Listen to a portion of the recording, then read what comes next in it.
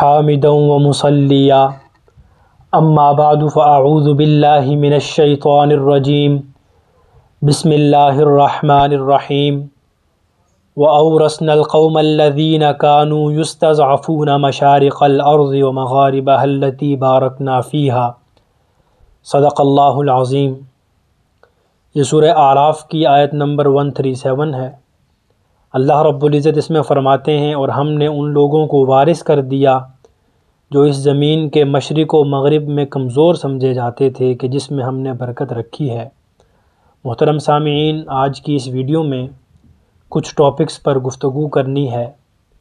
سب سے پہلے ملک شام، بلاد شام کتنے ممالک پر مشتمل تھا، اور پھر انگریزوں نے کون سی چالاکی کی اور اس کو تقسیم کر دیا، اور اس کے بعد انگریزی میں اور عربک میں اس کا نام کیا ہے، اور اس کے ساتھ کون سے بر اعظم لگتے ہیں، اس کا محل وقوع کیا ہے، اور پھر یہاں پر جو تاریخی مقامات ہیں ان کے بارے میں نبی صلی اللہ علیہ وسلم کا کیا فرمان ہے، اور وہاں نماز پڑھنے کا کتنی نمازوں کے برابر ثواب ملتا ہے، اور کون کون سے صحابہ کرام انبیاء علیہ السلام اس جگہ پر آئے، کون سے محدثین اور صحابہ کرام یہاں پر مدفون ہیں۔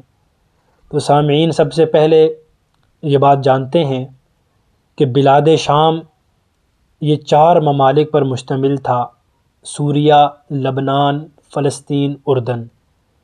پہلی عالمی جنگ عظیم تک یہ چاروں ممالک ملک شام میں شامل تھے۔ انگریزوں اور اہل فرانس کی مکاری نے اسے ٹکڑوں میں تقسیم کر دیا، اور 1920 میں موجودہ شام، جسے سوریہ کہا جاتا ہے، وجود میں آیا۔ انگریزی میں سوریہ کو سیریا اور عربک میں عرب جمہوریہ سوریہ کہا جاتا ہے، اور اردو میں ہم اسے شام کہتے ہیں۔ موجودہ شام براعظم ایشیا کے انتہائی مغرب میں واقع ہے، جو کہ 3 بر اعظموں کا سنگم ہے: براعظم ایشیا، براعظم یورپ، براعظم افریقہ۔ اب اس کے مغرب میں بحر متوسط اور لبنان، جنوبی مغرب میں فلسطین اور مقبوضہ فلسطین، اور جنوب میں اردن اور مشرق میں عراق، اور شمال میں ترکی ہے۔ قرآن و حدیث کی روشنی میں جب ملک شام کی بات ہو تو اس سے چاروں ممالک سیریا، لبنان، فلسطین، اردن مراد ہوں گے۔ بلاد شام میں فلسطین کا شہر سٹی بیت المقدس اور سیریا کا شہر دمشق تاریخی اور شرعی اعتبار سے کافی امپورٹنٹ ہیں، کافی اہمیت کے حامل ہیں۔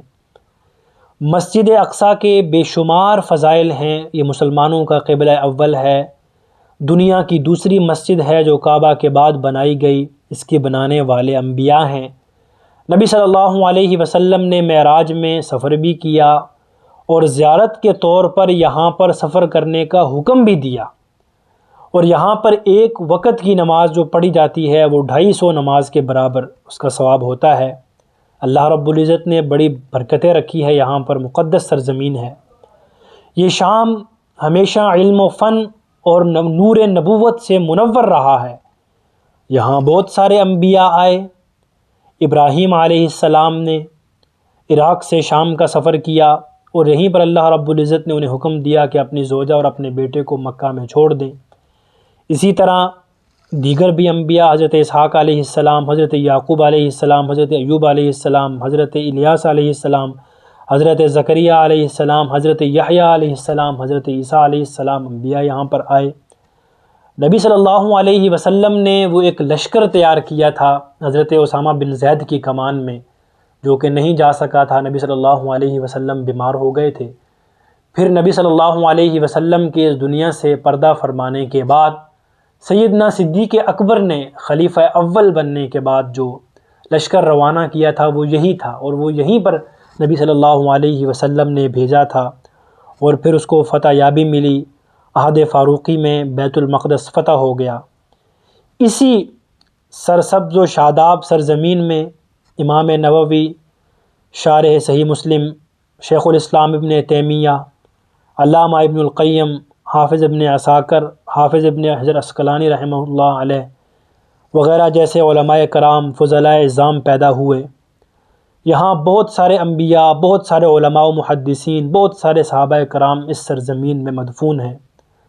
حضرات محترم، جیسے یہ ملک بہت اہمیت کا حامل ہے، ویسے ہی اس میں آزمائشیں اور فتنے بھی موجود ہیں۔ یہاں 20 جنگیں ہو چکی ہیں، لاکھوں کی تعداد میں مسلمانوں کو شہید کیا جا چکا ہے، کروڑوں کی تعداد میں لوگ بے گھر ہو چکے ہیں، کتنے ہی لوگ نقل مکانی پر مجبور ہو کر دوسرے ممالک میں جا رہے ہیں۔ لیکن آج اللہ کے فضل و کرم سے ملک شام کی حالت یکسر مختلف ہے۔ ہر طرف اسی کے چرچے ہیں۔ مسلمانوں کو، سنیوں کو اللہ رب العزت نے فتح عطا کی ہے، لوگ آزادی کی خوشیاں منا رہے ہیں۔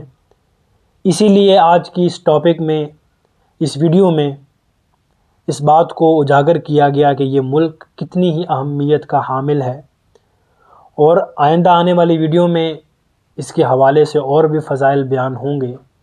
دعا ہے اللہ رب العزت سے کہ اللہ جہاں کہیں بھی مسلمان مظلوم ہیں، ہمارے بھائی، اللہ انہیں اس ظلم سے نجات عطا فرمائے، اور یہ جہاں پر اس ملک شام میں مسلمانوں کی حکومت آئی ہے، اللہ رب العزت اسے استقامت عطا فرمائے، ان کی مدد و نصرت فرمائے۔